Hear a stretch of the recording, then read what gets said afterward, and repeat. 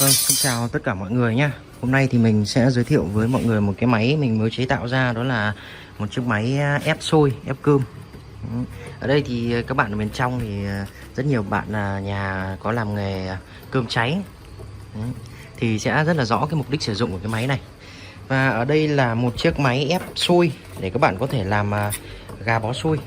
Đấy, những con gà không lối thoát, gà bó xôi ấy, thì người ta sẽ trước đây khi mà không có máy thì phương pháp thủ công là bỏ xôi ra cái thớt, sau đó là dùng chày lăn.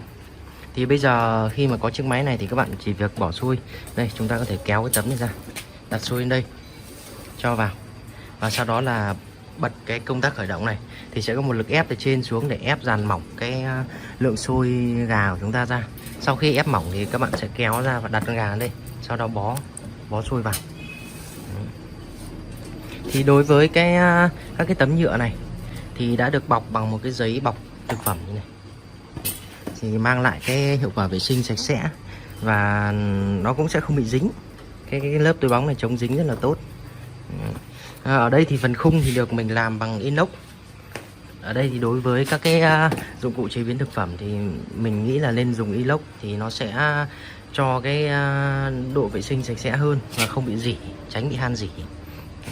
Đây là các cái khung này. Ở đây thì sẽ gồm là 3 cái khung này để đỡ cái tấm thớt này, và một phần khung máy. Kích thước bàn ép của chiếc máy của mình chế tạo là 50-50. Và đây thì piston sử dụng piston có cái lực ép là 1 tấn. Kia, bình hơi kia. Và đối với các cái khung này thì mình sẽ sử dụng các cái khung có độ dày cao để tránh tình trạng là bị võng. Và bên dưới này thì khi mà kéo ra thì sẽ có 4 thanh rằng để đỡ như này.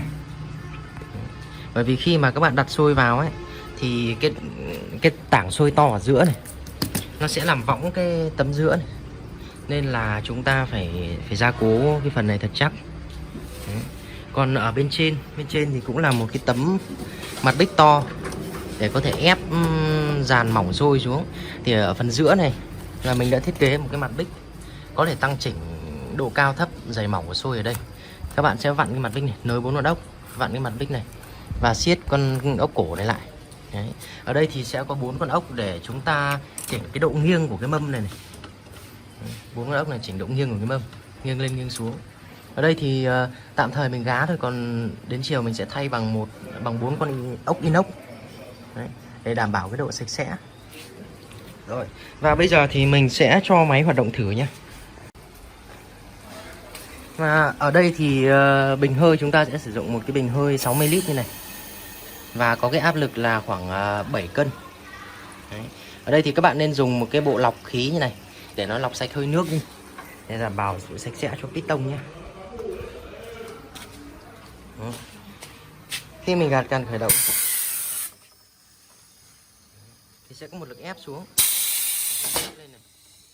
Ở đây thì đang hơi dính, và mình nghĩ là mình sẽ cố định thêm một cái tấm sắt, bởi vì mình còn thiếu cái tay cầm đây này, để lôi ra lôi vào cho nó đỡ bất tiện. Sau khi nhấc piston lên thì chúng ta sẽ kéo ra và đặt xôi ở đây. Bây giờ thì mình sẽ dùng xôi để thử nhá. Và ở đây thì mình đã chuẩn bị một nồi xôi như thế này. Đây là xôi nhé. Và bây giờ mình sẽ ép thử. Thì một cái tấm 50-50 này sẽ đủ để ép một con gà. Và mình sẽ cho xôi vào nhé.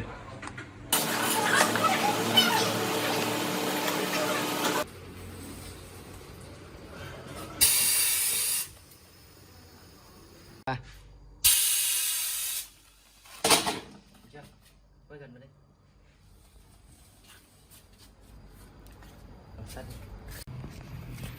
Và đây là cái lượng xôi mà mình vừa mới ép ra này. Đấy. Cái độ mỏng của nó thì như thế này. Mỏng này nó chỉ tầm 3 đến 4 ly thôi. Và đối với một cái lượng xôi như này thì các bạn có thể đặt một con gà lên và bó nó lại. Rất là tiện đúng không? Thế khi mà các bạn bó xong con gà, các bạn lại để xôi vào tiếp, các bạn lại đẩy vào như này. Đấy. Và sau đó chúng ta lại hãm. Và như vậy là mình đã cho các bạn xem cái hiệu quả của chiếc máy này rồi. Đấy, nếu như một nhà hàng mà một ngày có tầm 2 đến 30 con gà thì các bạn sắm một chiếc máy này thì cũng khá là hợp lý. Và đây là chiếc máy khách đang đặt, và chiều nay thì mình sẽ giao cho khách. Thì ở cái mặt trên này mình sẽ bịt hết cái ô vuông này lại. để đảm bảo rằng là khi mà các cái bụi bẩn vào trong này thì người ta chỉ lau cái mặt bên ngoài thôi. Và sẽ thay những cái con ốc này bằng ốc inox cho họ để tăng cái độ sạch sẽ lên, và sẽ đánh hết những cái vết rỉ đi trước khi giao cho khách. Thì nếu như các bạn nào mà muốn tự chế tạo cái bộ sản phẩm này thì có thể liên hệ với Facebook bên dưới của mình, thì mình sẽ tư vấn xem là cần những thông số gì. Còn nếu mà các bạn nào có nhu cầu đặt hàng thì cũng có thể liên hệ với mình sẽ nhận sản xuất những cái bộ máy như thế này để phục vụ bà con nha. Còn bây giờ thì xin chào và hẹn gặp lại các bạn ở những clip tiếp theo.